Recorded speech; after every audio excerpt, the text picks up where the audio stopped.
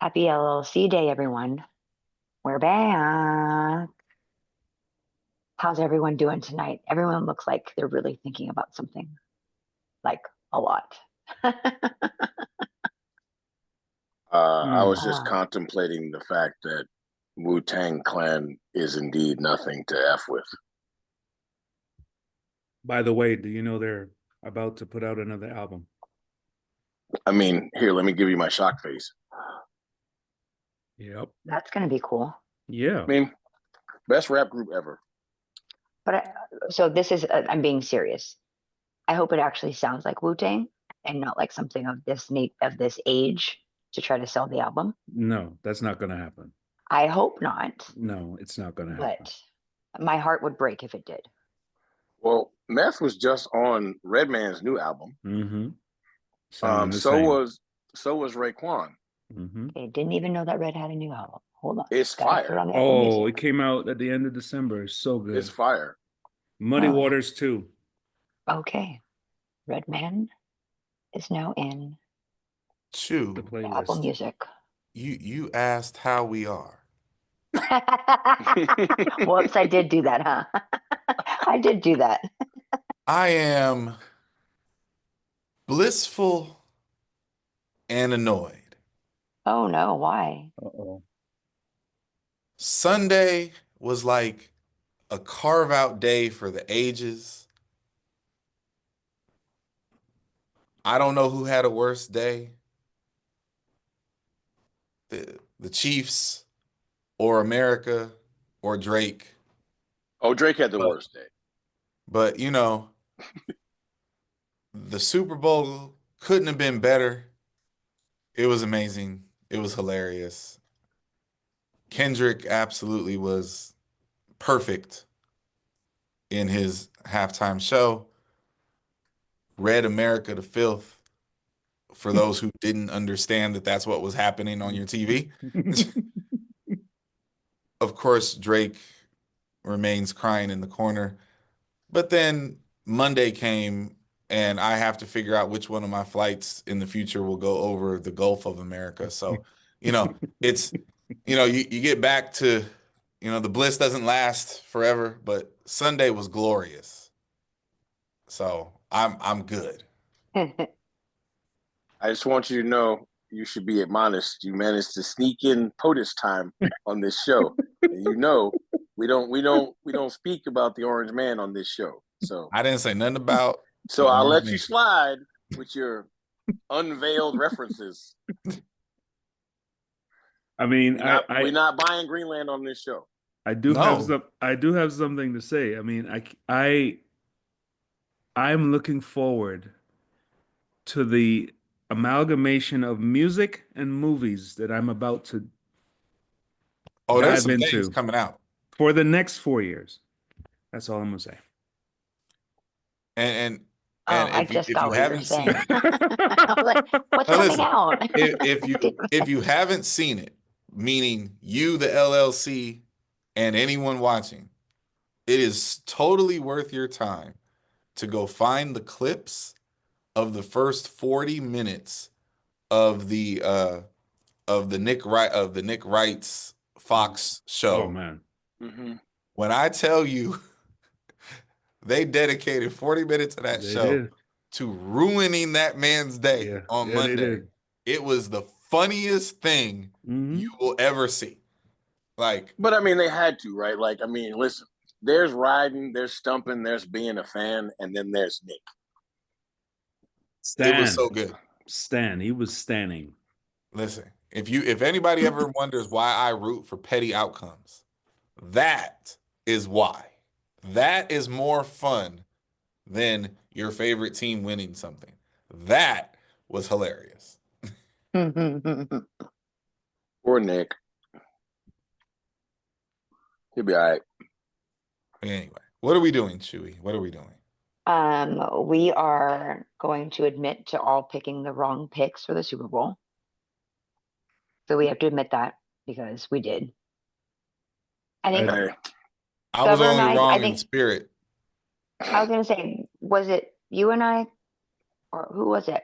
We wanted to pick the Eagles, but we ended up going to the Chiefs because we felt like they going to do it. Yeah, or momentum. Yeah. I definitely thought that, but then I The, paid the attention. person that was the most wrong was the EP. Levels of falsehood. I No, will just own because that. like from the beginning of the year, he was Yeah. basically Nick Wright. Like Yeah, repeat is done. Mhm. yeah. Oh man. All right. Well, And okay. you know, look, if ever it's going to happen again, it's probably going to happen with that same team. So No, sir. That's me closing the book on football. Mhm. Only to open it for basketball and baseball. Anyhow, moving on. Um, Clyde, you got a question from the audience, and we would like to address it.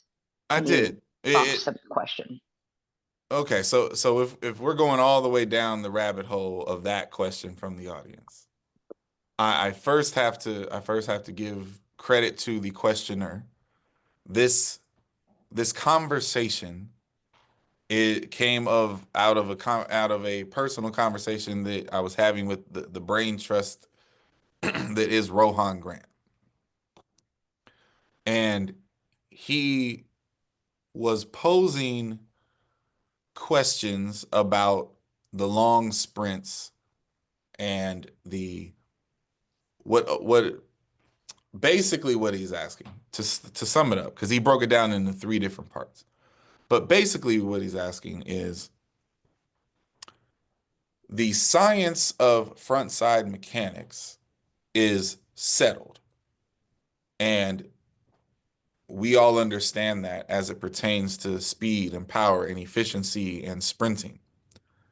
However, is that model, is that science doing a disservice and creating problems or stagnation in the 400-meter space?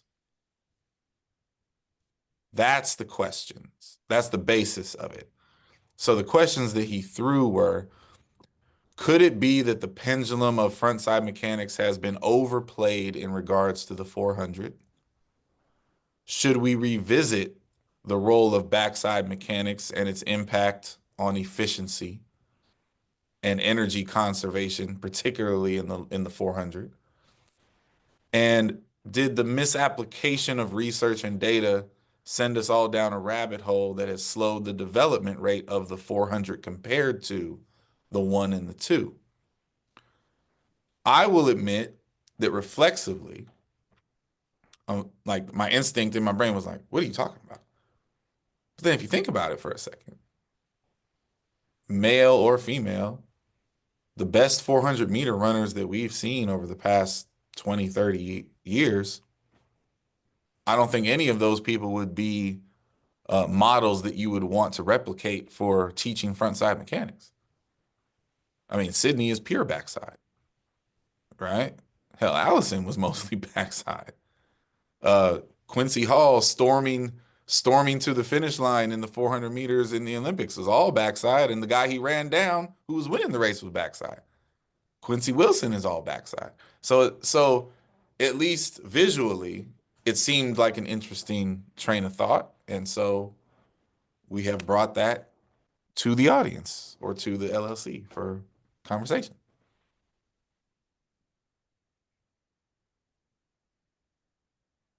What say you, Chris? I'm not going to say your name. Yeah, we're not referencing that. I Again, we're not doing can't that. answer yet. Give me 1 sec. Y'all go ahead and answer. Okay. Big league? So I'm thinking about it, right? And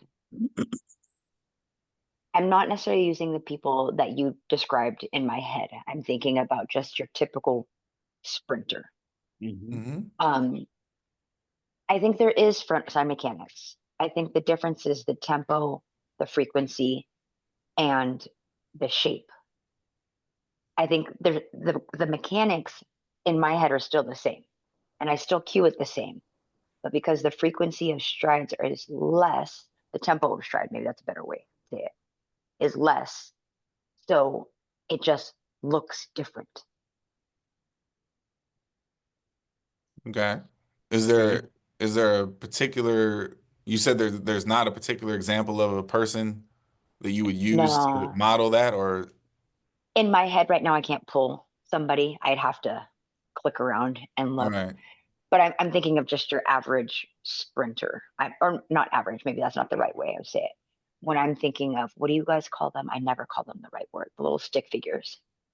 Kinograms, is that Models. what they're called? Models? No. The like when they actually use the stick figures and use them in mechanics. Yeah, the stick figures are the models. No, when they use actual stick figures, not people. Like actual like they draw lines. Oh.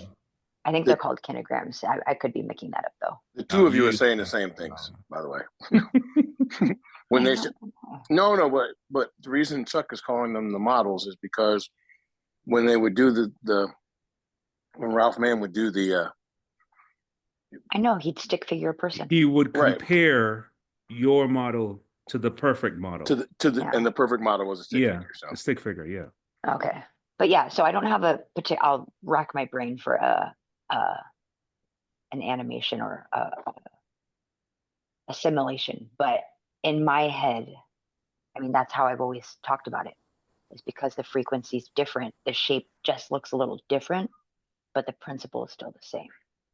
But I mean, I also haven't coached the sprints in a few years either. so my thought, and y'all will address me as my name. No. Thank you very much. EP. Absolutely. Come on. My thought is, I actually like Big League's term about shapes, right? So if this is the general path of the feet, right? Who is doing that? What? Why are there hearts coming out of your hands right Because now? he did this. No, it wasn't. Oh no! Yeah, it There did are happen. actual hearts coming That out is of your weird. hand. Yeah, it is. I saw Oh it wow! like that. That's Wow. weird. I didn't even That's know a- that was a thing. That's an automated animation. I didn't do that. Oh, that was So, like, hilarious. If I hold Are it they long coming enough, out of yeah. See, mine look, now? there it goes. No, Let's just see. his. None of mine coming out of mine. Nope. That's crazy. No. All right. Well, we would do. Let's leave There's my something hands going down. on with your settings, sir. No, There's something going no, on hold with my. on. It's the old man setting, because him and Sir Lucius, that happens too when Sir Lucius does thumbs up. He always gets thumbs up flying out of the place. Man. It's the old man zoom. There you go. Oh, Okay. Lord. Anyway, so if when you sprint, right, 100 to 60, 100, 200, the circle or ellipse actually is shifted. So if this is the top of your stick figure, is shifted forward, right? So we're talking about front side. So you got more in the front and less in the back. Am I making sense Yes. on my loops? Mhm. Yeah. Okay. Without the I heart. think the ideal 400 shape was the same shape, just shifted back, right? So in most cases, you weren't as far in the front and you were more in the back than you would ever want a 60 to 200 meter sprinter to be, right? And then we had, to me, the over exaggeration on the front side, which is Quincy Watts, because I think if you ask anyone who's ever watched Quincy run a quarter, you're like, that's not, I can't do that. I can't be at 385 meters and still have my knees up in front. Mm-hmm. Right. So that's we'll call that perfect on the front side.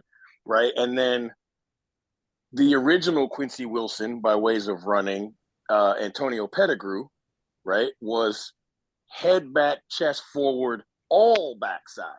Right. I mean, if you if you watch Quincy Wilson, those of you who saw Pettigrew run, like there's a lot of similarities there. Yes. So where I think the vast majority of quarter milers fit is between those two. Yeah. Right? Like, no, I don't think that Karani is all front side, but if you look at where his knees are and where his feet are, they're about even. Yeah. Front to back, right? Michael was a little, because he has a little bit of stoop to his gait, so he had a little less knee lift on the front and a little more backside. But in all honesty, his mechanical movements were pretty good, right? Okay. So I understand the question, but I think what it really speaks to, and this is just me, and this is for sure everybody that I've ever coached in the quarter, I've been this way. I want you to run as efficiently as your body will do naturally. Mm-hmm. So if I have to make a massive change to get you to be front side, right? Then that's probably not what we want to do. The biggest thing for me is the dorsiflexion. If your knees don't come up as high and they do come back behind, but I don't get your spike plate all the way up here, we're probably okay. You know what I'm So saying? So no, if no, you're no, I get that. so even if your heel's all the way back, but your feet are like this, we're still going to probably strike in a, you know, they do this in baseball all the time. People come from all different places, but if you look at like the moment of impact, the MOI, all elite hitters look the same, right? I If got you. my, So my my big thing is, where do the feet strike? right. So I promised myself that if we did this, I would try to keep it within the bounds of the various points of the question. So, for example, because science is more available, because coaching education is better, more people are getting more information and more kids are running significantly faster. I mean, we just watched a damn 13-year-old run 7-1, right?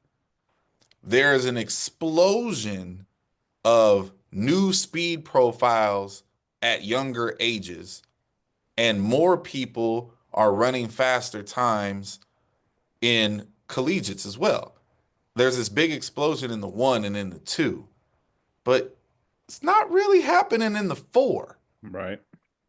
And so the premise of the question is, if all this new information is out there and it's being applied across the board at all ages, and it's clearly having a positive effect on the times being generated 200 and down, I don't imagine that new coach X that learns what learns the gospel of frontside mechanics is going to their practice and making a distinction between the 100 people and the 400 people. The question is, should they be? Okay. And I don't think so. And I think the part that is the big separator between the 60, the 100, the 200, and the 400 is fatigue. Mm-hmm. And once again, like the EP stole it out of my head, but I've literally seen Antoine Maybank and Quincy Watts achieve frontside mechanics from start to finish. And there have been others, but it's a very small group of individuals in my lifetime. I mean, to say that I modeled myself after Q when I saw him run at UT at Nationals in '92. I mean, it was phenomenal. I'd never seen anything like it. And we really haven't seen that since. So the idea of frontside mechanics, I could see a situation where, okay, let's try and be as efficient as we possibly can through the first half of the race. But I mean, we know what happens from 250 on. We know when fatigue sets in, all of that sets in. There are very, very few individuals that we would even think of saying, cue frontside mechanics coming home. Okay. I mean, it's easy to say that, but executing Reality, yeah. when all the parts are flying this way, no. Mm-mm. Yeah, You I know, mean, and most people don't die pretty. it's ugly. I mean, Big League and I are lucky enough to coach one. Like I have been mistaken a time or two with Devin Williams, because I'll say things to him about trying harder and doing those things, No. and when he falls apart, he Mm-hmm. just goes slower. He doesn't look worse, right? But there's just not very many people like that. Yeah. But to me, it's like, if you put a tracer on the feet and you see where the feet are landing, if the feet are landing slightly behind the center of mass during acceleration, and if the feet are landing directly underneath them when they're at max V, and so when they're running, we'll say for the most part in the 400, I don't know that an alteration to their natural mechanics, whatever that is a necessity. I think you teach the sprint mechanics because dorsiflex foot strikes are kind of everything. Now, where their knees come to on the front side, I think speaks to how flexible they are. Well, and how strong. Yeah, That's I the mean, thing that like we're missing the most of right now, right? And that's why we're seeing this way of is we've disabled hip flexors, glutes, mids, and all those things by sitting down for so long, I'm sorry. And so we're asking the impossible act for a lot of them, these people, and that's why some of these shapes have shifted because they just aren't strong enough. No matter the level, no matter the level. Well, I couldn't agree with you more there, but Yes. I just want to say this one thing. I personally feel like the demise is the wrong word because nothing's dead, but the decline in the belly of the 400 speaks to two things. I think 15% of it is overall general softness of the further generations. No, from not playing outside and doing peer evaluation and all those things. Like, you know what I mean? Like, you grew up a little tougher if you have to play outside and your buddies pick the teams. But I think 85% of it, and I know y'all are probably going to laugh at me, I think 85% of it is actually Bolt's fault. Because before Bolt, everybody who came out to the track who was 6'1" or taller, you had to be really fast already, or else coach was going to put you in the quarter based on that stride length and right on all those other wonderful things. Like, shorter guys were sprinters and the taller guys were going to move to that 2-4. But when the 6'5" guy comes out and becomes the fastest 100-meter guy on the planet, now every tall guy that comes out, because everybody wants to be a sprinter because it's shorter, right? So now every tall guy that comes out and says they want to be a sprinter, you can't tell them no. See, and that's what I was going to say. My part of the popularity of it, it's the fearfulness of not making it around and being embarrassed. I think that has more to do it, not more, but it has a good chunk of to deal with its involvement per se. Sorry for cutting you off. No. And there's a part B to your statement, EP, and that is enter the 4 hurdles. Yeah. Yes. Oh my gosh. Because they're because they're cool. The 4 hurdles are now cooler than the 400. So I'll say this. I think the most important part of these series of questions that are being shot at is the strength issue. It takes a massively strong person to get into what we would all consider a professional sprinting posture for 50 meters, let alone 100. Yeah. Okay. And almost anybody who is properly trained by a reputable person will eventually get to the place where they can make the shape, to Big League's point. How far they can take it, how long they can hold it, at what rate of speed they can accomplish it speaks to, the talent and the effort and the training and all these things. So I don't think it's a matter of the pendulum swinging or that the role of frontside mechanics has been overplayed. I don't necessarily think that that there's been a holistic misapplication of science and research to this point as it pertains to the 400. What I would say is that those athletes just aren't that damn strong to hold it. You're not going to see it from 250 on. Right. 9 times out of 10, because who the hell is that strong? Right. And since we know that if you want to get faster and move yourself down the way more efficiently, you have to learn this stuff anyway. I don't even see how it would be efficient or effective to split the difference between short and long sprints, or to coach Kareem like, hey, at this point in your race, you got to shift to this backside thing in order to make you finish better, right? Like that just seems like a total, mind screwing Hmm. situation that I personally couldn't, I don't know how I would navigate that.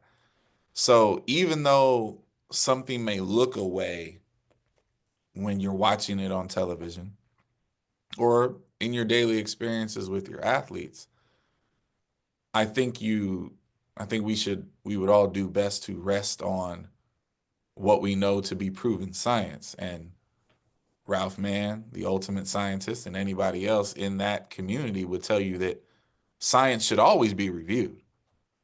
So if you think that frontside mechanics have been overplayed, if you think that there's been too much of an emphasis, if you believe that those things are negatively affecting our 400-meter now and future generation athletes, I challenge you to run those experiments and see how it goes. And please believe the scientific community will bend the knee to you when you have proven your case. But I don't think you're going to have a lot of people following you down that rabbit hole until you can prove it. That's just me. Hmm. Yeah. I mean, great thing to think about it, right? To deconstruct it. I would go as far to say, what, I don't remember the word that you used specifically, Clyde, but the sway, the pendulum, I Mm. think is maybe stuck too far on the mechanics and not the execution of what the body's able to do, whether it be biomechanically or strength wise. Sometimes we work the demise, we break down the sprint. Wow, that's not a word. The sprint mechanic, because we feel like it has to be 90 degrees and nothing more, nothing less. And the foot Yeah. has to be all the way up, and you've got a short Achilles, so you can't even do it. But you're not even recognizing that the foot is already stiff, rigid, and striking. So you can't do it to a detriment as well. You've got to know the balance. No, I'm with you on that. I think the EP, which is how he will be referred to today, Wu Tang over there. I, now see, I made my joke. Now I forgot what I was going to compliment you. That's no, damn, what was I? I was really about to agree with you, and I can't remember what I was going to say now. You Look, distracted just me. can't even give it to him. Shit. It was probably That's about foot hilarious. strikes. No, it wasn't. Damn it. Well, you keep thinking because I'm here for the compliment. Um, Oh I, God. I I think it's funny. Part of it is an age thing, but I think every time somebody new comes out doing something that somebody comes up with, I just think to myself, well, I've seen that before. Because, like, if you want to see Quincy Hall, go backwards and watch races of Mark Everett.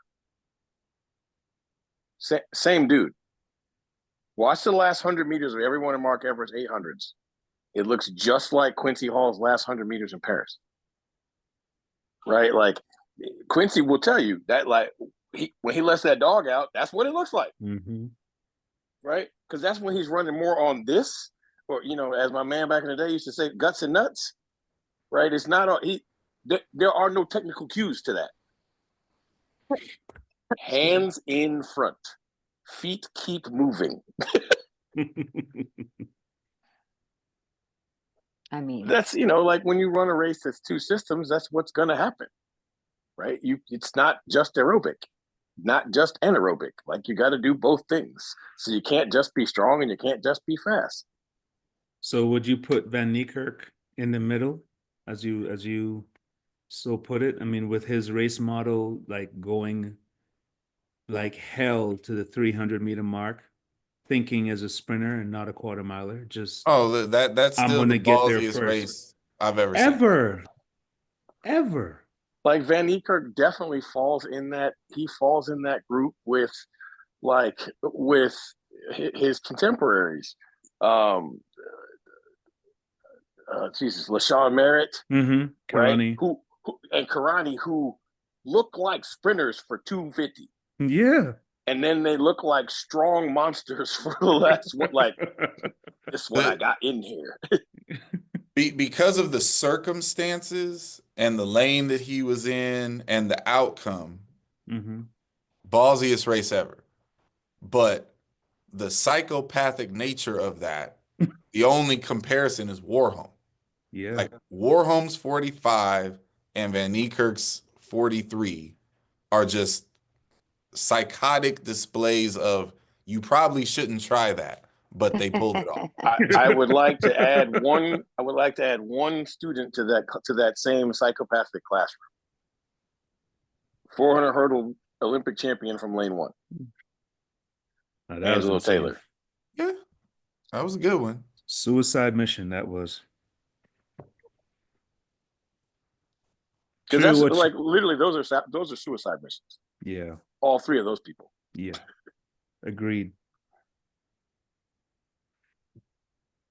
Oof, okay. Final words before we move on. You're welcome, Did you- Ron. Did you find them? Did you figure it out? No, I literally complete blank. See what happened? Clive was going to give me a compliment, and then he broke out into hives.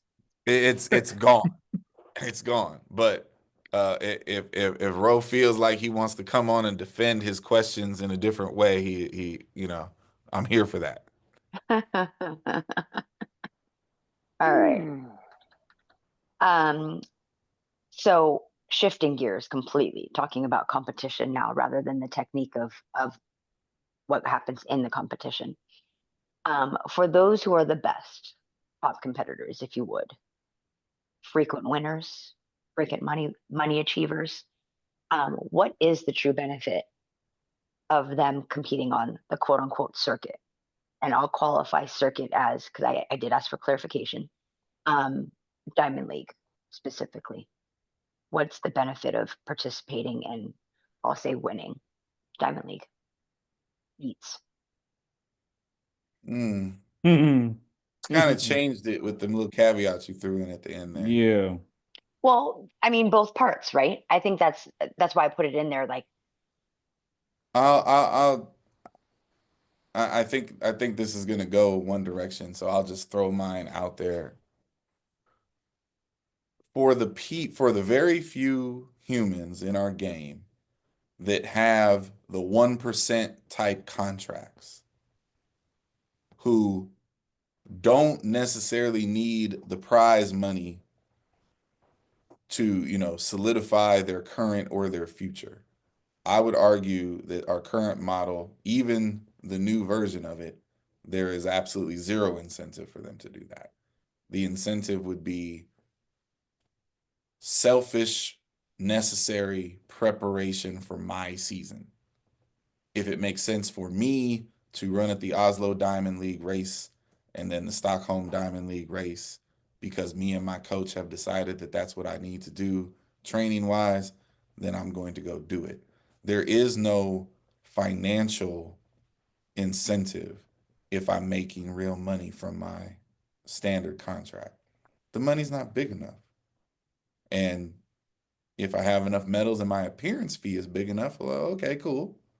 But it's not, the question isn't rooted in appearance fees. The question is, what's the incentive for participating on the circuit? Sydney has told you there isn't any.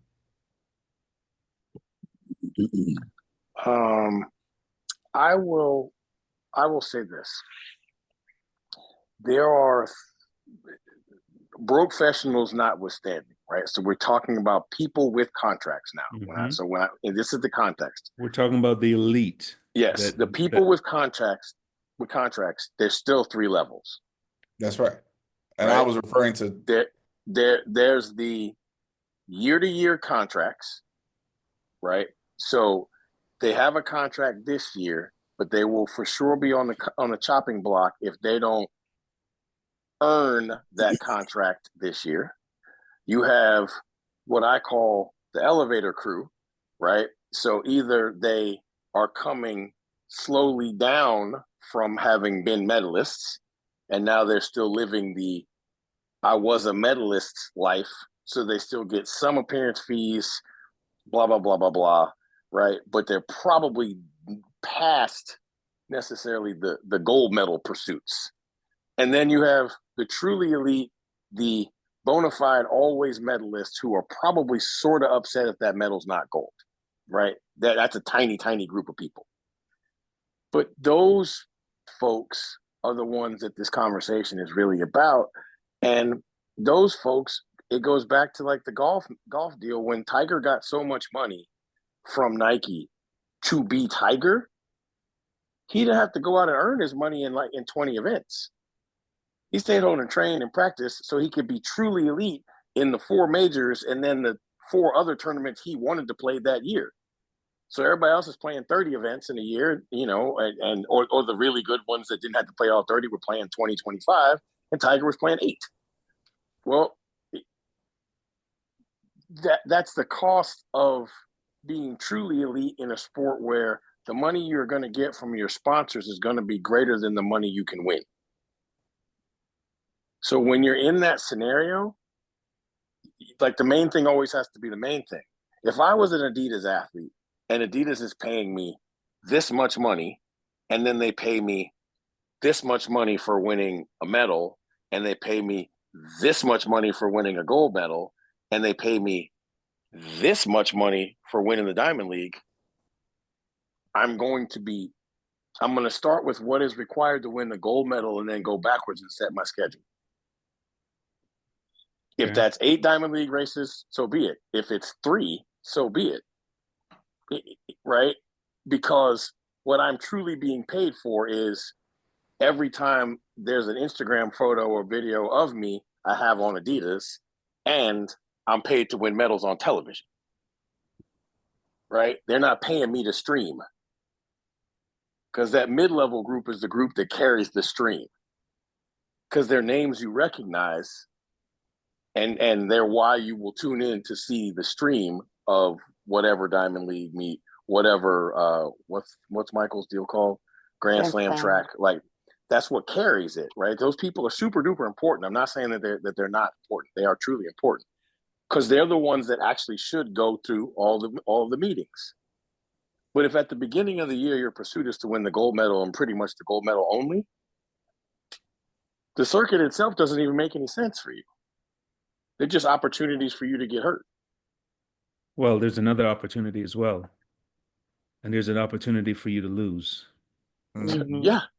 And this is And a that state does of mean something. this is a state of track and field.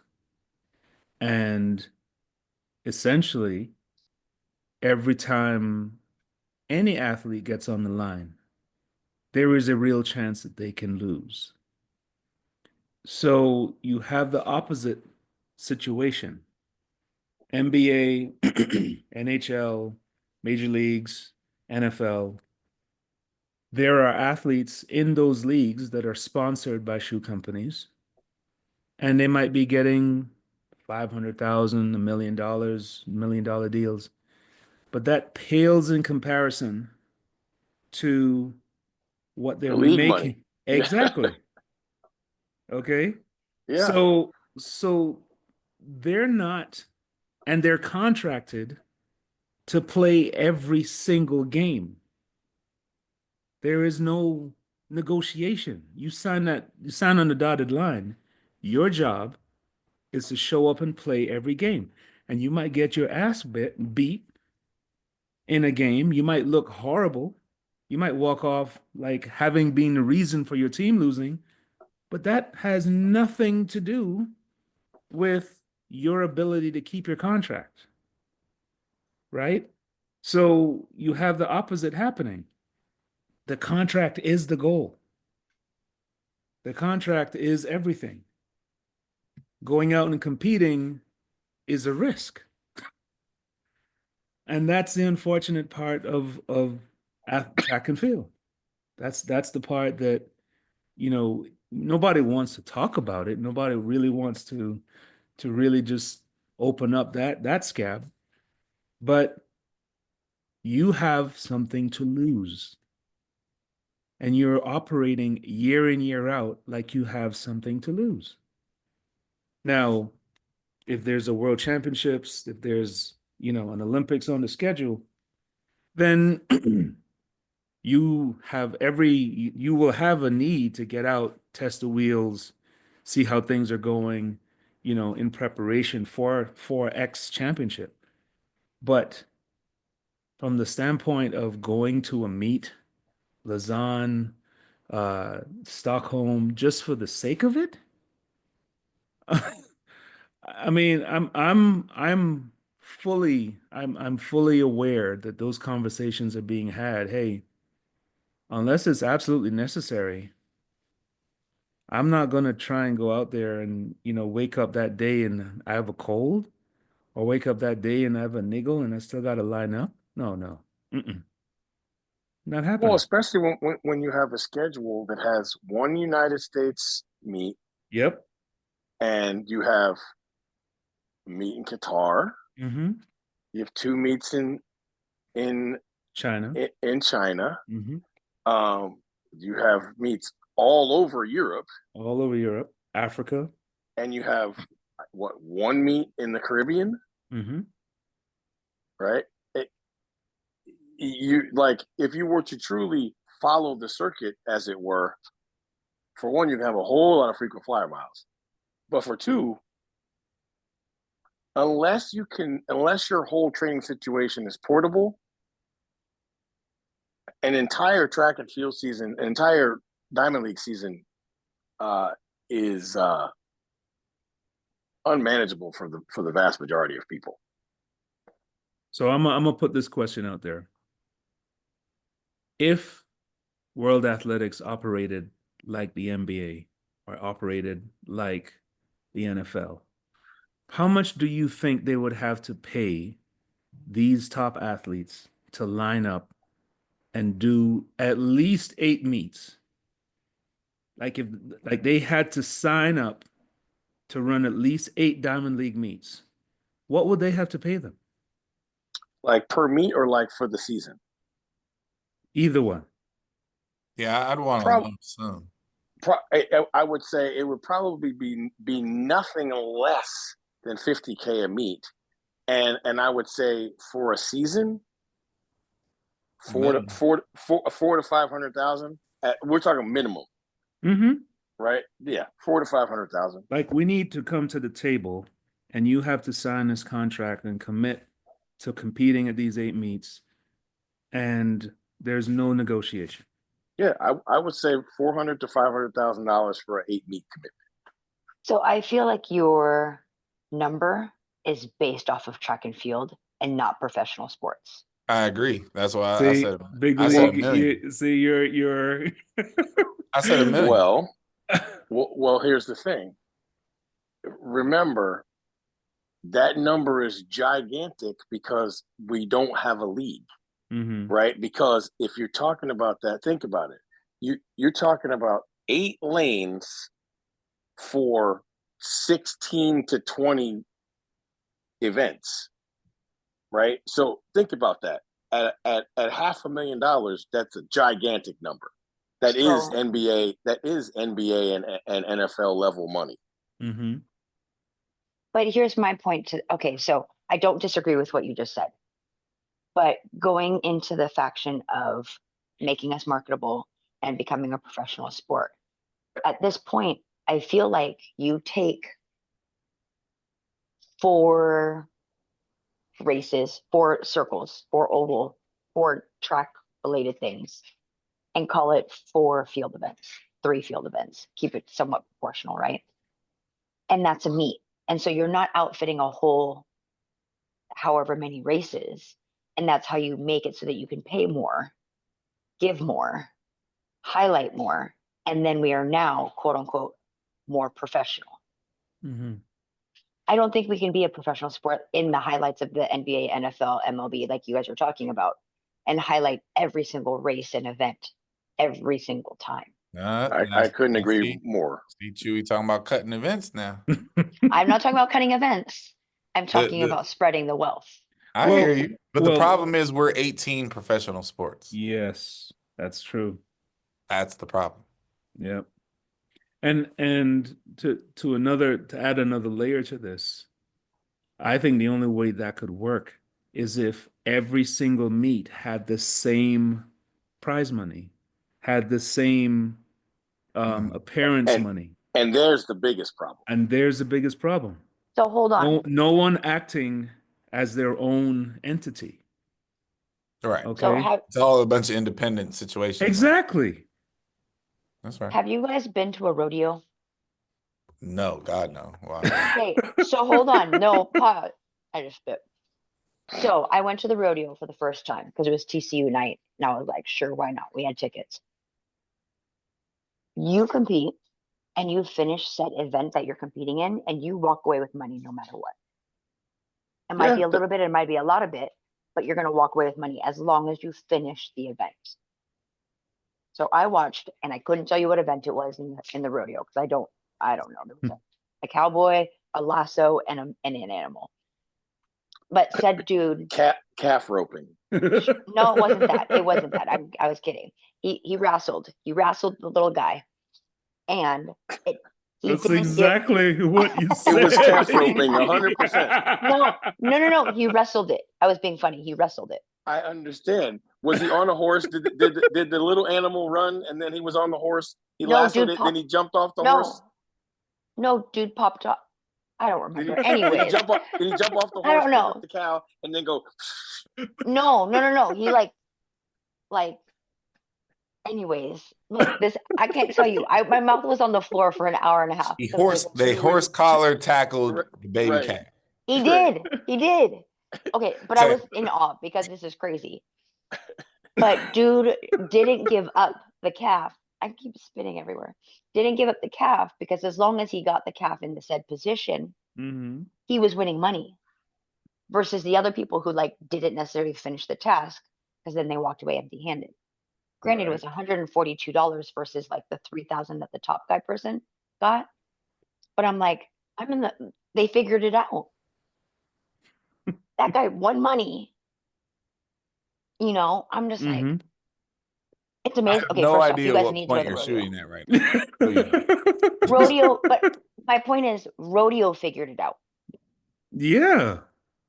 Rodeo is a big figured deal. it out to how to fund every competition because I think there was maybe 6 competitions within the rodeo that we were in, and there's rounds to the rodeo.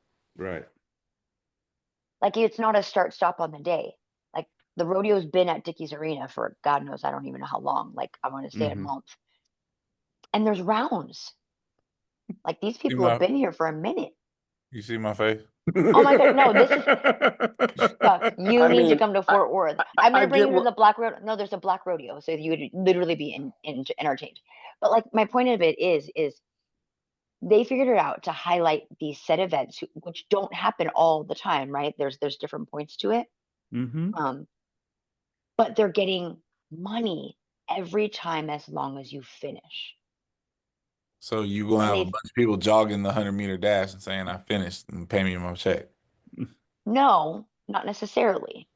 If you guaranteeing that I get a check for finishing, that's exactly what you're gonna get. But that's what it is, though, is you don't allow it to get there. You keep it competitive. However that might be. You only allow certain people in certain times, right? We just got done talking about pre-show about how this is what Tyson is, what Clemson is, right? In our offices, we've talked about this is the weekend for the 2, this is the weekend for the 8. Next weekend's gonna be the weekend for the DMR. Highlight those things. We do it already at our desks. I mean, it could, listen. We've been talking about this for 5 years. There's money in this sport, but the problem is there is not a league, so there is no financial transparency. Nobody really knows what athletes make, and for sure, no athletes know what meets make. And therein lies the biggest issue. If you're telling Lausanne that they have to give out the same amount of money as Zurich, that's just not possible. And if you're Mhm. telling Zurich, y'all giving out too much money, we got to come down to a level that everybody can give out, Zurich's going to be like, yeah, that's not a thing. Mhm. So because we love to run our sport like a whole group of 1099 people, right? Nobody wants to actually like be on a payroll and pay taxes. We just want to be independent contractors. Like, this is what we have. And Mhm. so if I was going to put together a league based on what we have, I would eliminate appearance fees altogether. And I would run a 12 at max 14 event meet. Not the same 12 to 14 from week to week, but the TV schedule would be a 12 to 14. It would probably be somewhere in the neighborhood of eight running events and 6 fields, or maybe even 10 and 4, depending on the venue. And the winner, every time somebody sees somebody win, they're leaving one of those big, huge checks for Mhm. $100,000. The winner gets a big check, right? And the biggest thing is all of that is relevant and okay if in our crescendo, because this is where we really messed it up. At World Championships, which is where we give out the most money, at World Championships, I mean, the winners have to win no less than 500,000, folks. Mhm. Every you are a global champion. If you win, it's like the medals should be 5-2-1. 500, 200, 100,000 for world championship medals. And then trickle down 4, 5, 6, 7, 8 to whatever numbers the sport can handle.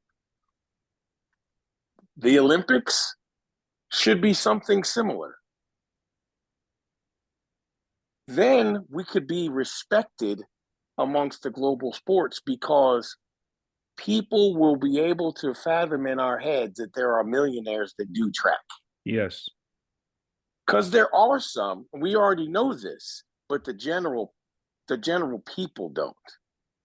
Like, the general folk don't realize that Grant Holloway makes $1 million in a year, right? He's not the only one, right?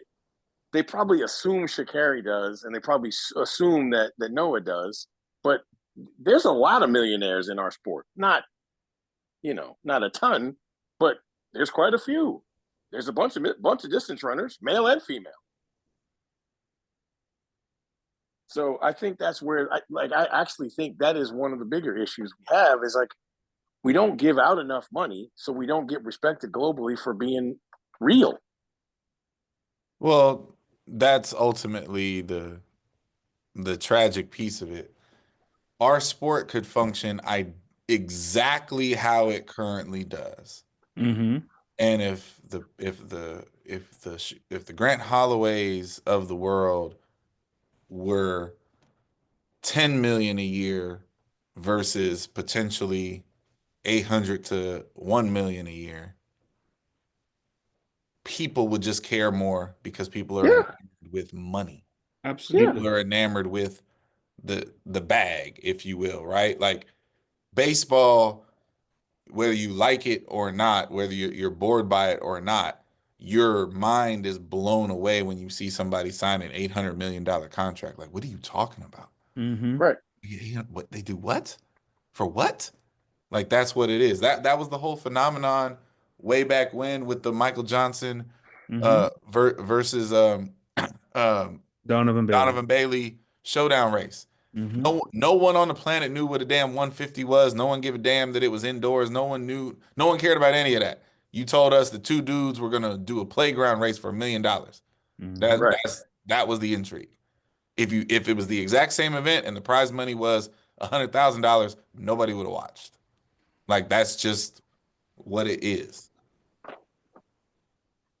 Yeah, I think not only should our ideas kind of be culled together to make it all make sense, we should also do what tennis and golf do and like produce a money leaders chart like during the course of the year Oh, they that did. They definitely changes. do that, but no one knows what anybody makes, so they can't. Do it. But that's the thing. Right. Like with the diamond leagues, we should all that prize money is public, but it's not enough. Like, I don't want to be 2 meets from the end and find out the Diamond League, money leaders has made $112,000. Like, anybody trying to hear that, right? That's what I'm saying. Look, at every Diamond League meet, every winner should be on the screen with a big check. Mm-hmm. And again, they're going to balk at the million. So let's just start at 100,000. Folks, you only get $100,000 in world championships if you break a world record. Yeah. Right. So what I'm asking for is a drastic change. Right. We gotta crawl before we can like be upright with sprint mechanics. But if at every one of the Diamond League meets, the winner of every one of those events is on the screen with a 100K check, people will be like, okay, I see what's going on. But again, you can't then give out what $60,000 to the winner of world championships. That's Yeah. not a thing. Things are very much skewed. I wonder if there's someone in LLC land who has a whole wall of Post-its with all of our spattering of ideas. And one day it will make one beautiful picture. Somebody's got a beautiful mind window with all kinds of like Right? writings. I actually can think of 3 names who might, but we'll see. We'll see if they come to my messages after this episode gets posted. Anyhow, moving on. So last weekend, we saw the debut of the takeoff zone. Now, I don't want to say it. How do I say this better? I want to say it that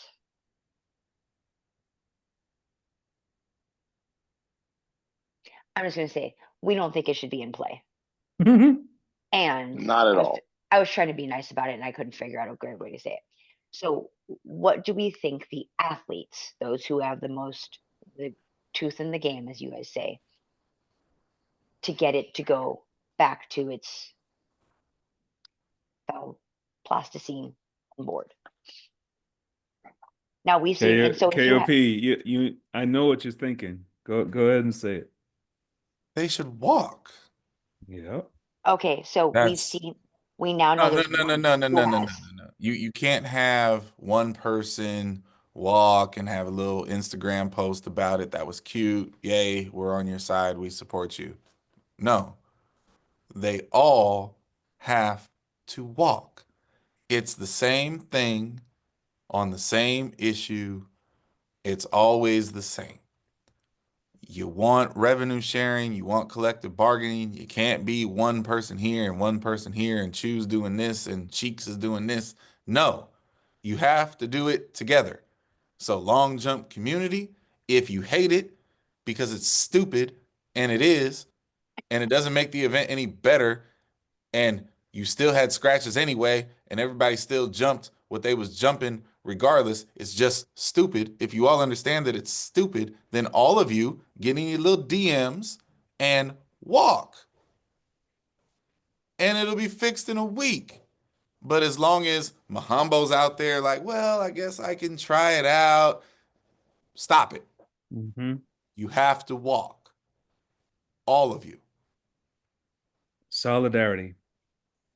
I mean, that's how the high jumpers did it. Yeah. And shout out to Tentaglue.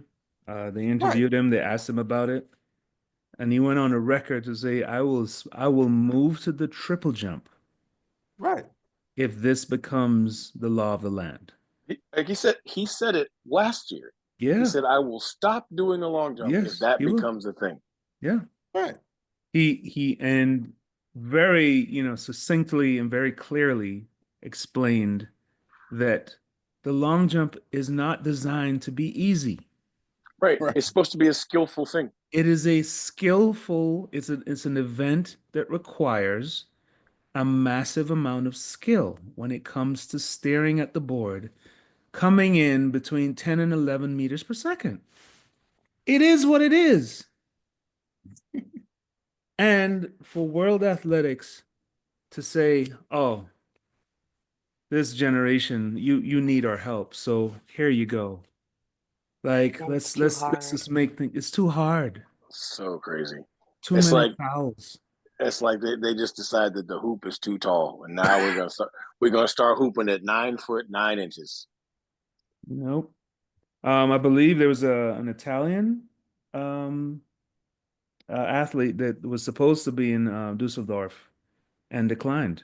She actually went on X and stated her case Yeah. that no, this is not happening. I'm not competing. No. But I that's mean, it's just not a thing. right. And the fact You that have to, Sevco tried to double down on it and defend it is even more ridiculous. Mhm. but Nope, no fan is clamoring for this. no, but what they should do, and whatever, Tentaglue, Mahambo, the Italian, all of them should Yes. agree to do it, go to the meet, and And don't walk jump. the hell out. Yes. Yes. You have to walk out. Mm-hmm. Like, because there's always going to be somebody desperate enough to show up and take the check. Right. Do it even better. Walk all the way down to the board and then stick your foot over the zone. Just Something. tap in. Right. Like, oh no, y'all, like we all scratching. Like it's all scratches today. Like that, like it has to be something like that. You can't just do the IG thing. Like if you want, if you're in the position of power and you want the powers to be to understand that this is dumb, you have to do a big vocal world-class display of this to get them to stop. And to me, if they did it together, they would finally get a chance to say publicly what everybody has been saying the athletes need to say, which is World Athletics keeps making these decisions without checking with any of their constituency. So this is what happens when you do that. I mean, it's interesting because when they, roll this out, okay, they didn't just roll that out. They decreased the rest interval from a minute to 40 seconds, right? Again, they had something in mind. They wanted this conveyor belt. Just go jump. Just go jump. Just go jump. So so because you are always keen to pick out the nefarious underlying things, right? T- Tell me why they waited till 2 weeks ago to outlaw the Adidas long jump shoe. Mm-hmm. Why does it matter what shoe you jump in if you're jumping off of a board the size of Texas? Because the sock lining gives you an unfair, I don't know. Yeah, exactly. I mean, I'm gonna give a shout out to Anik Collin. Yep. Mhm. Yep. I mean, with a heavy heart, I have to withdraw from the long jump competition. I was told in such short notice that I'll be jumping with the takeoff zone as a young athlete. I cannot support this project. It's not a worthy innovation. It's sad I mean, how it will split the long jump family yes. as the athletes have to pick sides. Yeah, that's Mhm. crazy. Great statement. Absolutely. Say it on the runway when you all walk off. Oh man. Like walk through it, grab the mic from the commentator and say it in every language that y'all represent. Exactly. Because what the meet he dip out on, 7 other people went there and jumped. That's right. Yeah.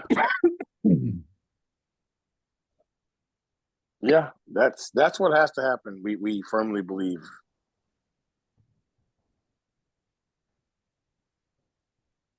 Big league? Yeah, sorry, was working. Well, I know. There's no working during the show, woman. Sorry, sorry. It's that time of year, big league. I It know. is. I wake up checking my phone just to make sure nothing happened overnight. Now y'all know why my name is No More Cheeks.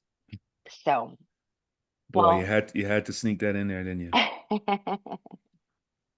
I need to make this clarification because I got a message about it and there was another reference to it. The outlawing of shoes, the banning of shoes, remember it contextually as to where the ban lies, World Athletics. Yes. So, I mean, definitely check to see where you're competing at and what is allowable and what isn't. But It's not banned by the NCAA. Sorry. Nope. and unless the meet states that they are adhering to those rules. So wherever you might be, I just caution you to know where you are and where your feet need to be, pun intended.